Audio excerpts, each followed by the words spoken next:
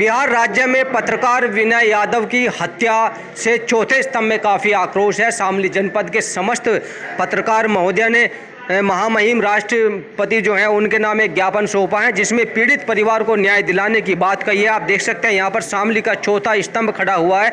जो विनय यादव की हत्या बिहार राज्य में के अररिया में हुई है, उनको न्याय दिलाने के लेकर यहाँ पर पत्रकार एकत्रित हुए हैं, क्योंकि वर्ष 2019 में विनय यादव के भाई की भी हत्या कर दी गई थी, जिसमें मुख्य गवाह विनय यादव था। और कल 18 अगस्त में विनय यादव की भी 4 बदमाशों द्वारा हत्या कर दी गई है। हालांकि बताया ये भी जा रहा है कि 4 बदमाशों को पुलिस ने गिरफ्तार कर लिया है, लेकिन पत्रकार एकता संगठन न्याय की गुहार लगाता है कि जिन लोगों ने विनय यादव पत्रकार की हत्या की है उनको भी ऐसी ही सजा मिले और परिवार जो पीड़ित है उसको न्याय मिले।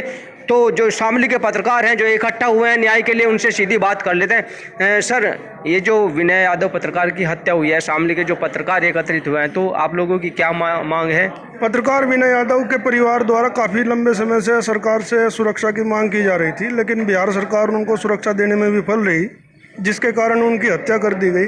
और इससे कहीं ना कहीं ये लगता है कि सरकार अपने यहाँ पत्रकारों को सुरक्षा देने में विफल रही, और अगर यही स्थिति रही तो वहाँ के उनके परिवार को भी इस समस्या का सामना करना पड़ेगा, क्योंकि गवाही देना आगे उनके लिए भी मुश्किल होगा।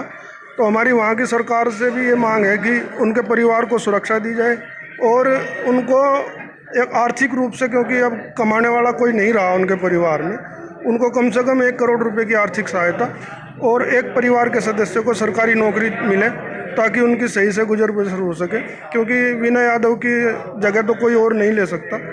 उनकी स्थान जो परिवार को वो हुआ है नुकसान, उसकी भरपाई केवल इन्हीं चीज़ों से हो सकती है। हमारी सरकार से ये मांग है। अच्छा, आप भी पत्रकार हैं, आप ये बताइए कि लगातार पत्रकारों की हत्या हो रही है बिहार राज्य में, जो हत्या हुई है, तो इससे लेकर के कहीं ना कहीं चौथा स्तंभ जो है, जो जनता की आवाज़ उठाता है, तो ऐसे में पत्रकार भी काफ़ी अपने आप को ठगा महसूस कर रहे हैं, क्योंकि एक पत्रकार की दिन दहाड़े घर से बुलाकर हत्या कर देना, तो ऐसे में आप क्या मानते हैं? अमित जी, देखिए, ये केवल विनय यादव की हत्या नहीं है, ये लोकतंत्र के चौथे स्तंभ की हत्या की जा रही है। बिहार के अंदर जिस तरीके से घटना हुई है, वो एक समाज को, पत्रकार समाज को वो शर्मसार कर देने वाली घटना है। क्योंकि जिस तरीके से सरेआम उसको गोली मारी गई है, दिन दहाड़े इस घटना को अंजाम दिया गया है। इस तरह की घटना, ये एक पत्रकारों पर जो है हमला है, लोकतंत्र पर हमला है। ऐसे हत्यारों को फांसी की सज़ा होनी चाहिए, फास्ट ट्रैक कोर्ट में इनका केस चले, जल्द से जल्द जो हत्यारे हैं उनको फांसी की सज़ा दी जाए। इसके अलावा जो परिवार है उनकी मदद की जाए, उसकी पत्नी को जो है सरकारी नौकरी दी जाए, आर्थिक मदद की जाए। और इस तरह की घटना हम लोग बर्दाश्त नहीं करेंगे। कभी बिहार के अंदर हत्या हो जाती है, कभी यूपी के अंदर हत्या हो जाती है, तमाम प्रदेशों में जो है पत्रकारों पर आए दिन अत्याचार हो रहे हैं। ये बिल्कुल अब बर्दाश्त करने वाली बात नहीं है। और लगातार यही हालत रही तो हम लोगों को खुद जो है सड़कों पर उतरना होगा, अपनी जो है सुरक्षा की मांग करनी होगी। और मैं केंद्र की सरकार से और बिहार की सरकार से लगातार ये मांग करता हूं कि पत्रकारों को सुरक्षा दी जाए, जो भी पत्रकार साथी हैं उनकी मदद की जाए। समय से जो है अगर किसी पत्रकार के परिवार का कोई मैटर आता है तो उसको तत्काल जो है हल करना चाहिए। वहां की पुलिस की और प्रशासन की जिम्मेदारी बनती है। इस तरह की घटनाएं ये बड़ी जो है नुकसानदायक। आपने एक बात बड़ी महत्वपूर्ण कही है, क्योंकि जब विनय यादव के भाई की हत्या हुई उस दौरान विनय यादव ने पुलिस प्रशासन से अपना एक लाइसेंसी पिस्टल की मांग की थी, जो काफ़ी लंबा प्रक्रिया में रहा, लेकिन वो उनको नहीं मिल सका। अगर ऐसा होता कि अगर उनके पास अपना लाइसेंस पिस्टल हो सकता था तो शायद ऐसी घटना ना होती। बिल्कुल अमित जी, देखिए, वेपन की उन्होंने मांग की थी, वो लगातार सुरक्षा की, न्याय की गुहार पुलिस से, प्रशासन से लगा रहे थे, और ये वहाँ की पुलिस और प्रशासन की बड़ी लापरवाही रही है। शायद उनको जो है वेपन का लाइसेंस दे दिया जाता तो आज ये दिन ना देखना होता। हो सकता था कि वो भी शायद बदमाशों का सामना करते, अगर वो खुद मरते तो शायद 1-2 बदमाश भी मार देते, क्योंकि गोलियाँ चला देते वो भी। तो इस तरह की घटना जो है कहीं ना कहीं ये जरूर शर्मसार करने वाली है, और वहाँ की पुलिस के लिए एक बड़ा एक चैलेंज है ये। मैं तो चाहता हूँ, मांग करता हूँ कि जो भी दोषी पकड़े गए हैं उन्हें जल्द से जल्द फांसी की सजा हो, जिससे कि आगे भविष्य में कोई इस तरह की आत्मघाती हमले पत्रकारों पे ना करे, पत्रकारों की जान को ना ले। क्योंकि पत्रकार लोकतंत्र का चौथा स्तंभ है, वो समाज की लड़ाई लड़ता है। पत्रकार अपनी लड़ाई कभी नहीं लड़ पाता, वो समाज की लड़ाई लड़ता है और उसी को न्याय दिलाने का काम करता है। देखिए, बिहार में वैसे तो अपराध का ग्राफ जो लगातार बढ़ रहा है, क्योंकि पत्रकार विनय की हत्या से पहले एक इंस्पेक्टर की भी सर में गोली मारकर हत्या कर दी गई थी। यानी कि पुलिस और जो मीडिया के लोग होते हैं कहीं ना कहीं धरातल पर पहुंचते हैं, जनता की आवाज़ उठाने के लिए पहुंचते हैं, जनता की सुरक्षा के लिए पहुंचते हैं, और कहीं ना कहीं यही लोग घटना का शिकार भी हो जाते हैं। दीपक जी, आप क्या कहेंगे इस मामले में?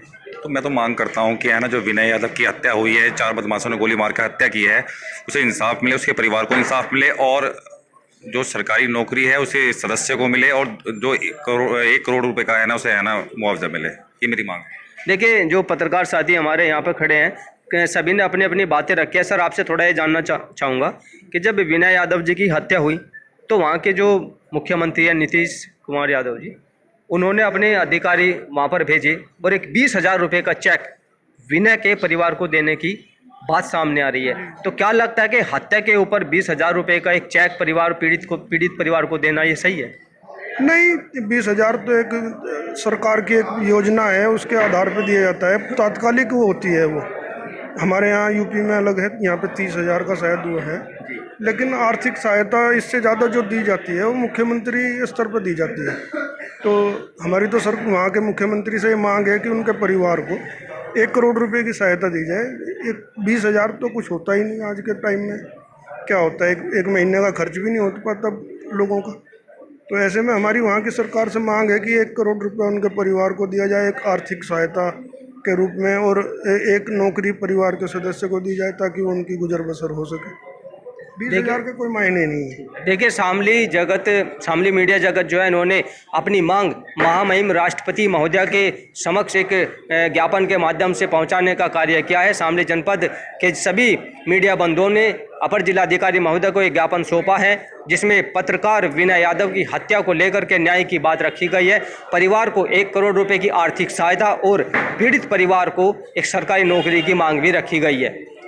तो न्यूज़ 24 के माध्यम से सभी पीड़ित परिवार है उनको न्याय मिले, यही शामली जनपद के सभी पत्रकारों की मांग है। शामली से अपने सहयोगी सालिम के साथ अमित शर्मा, न्यूज़ 24।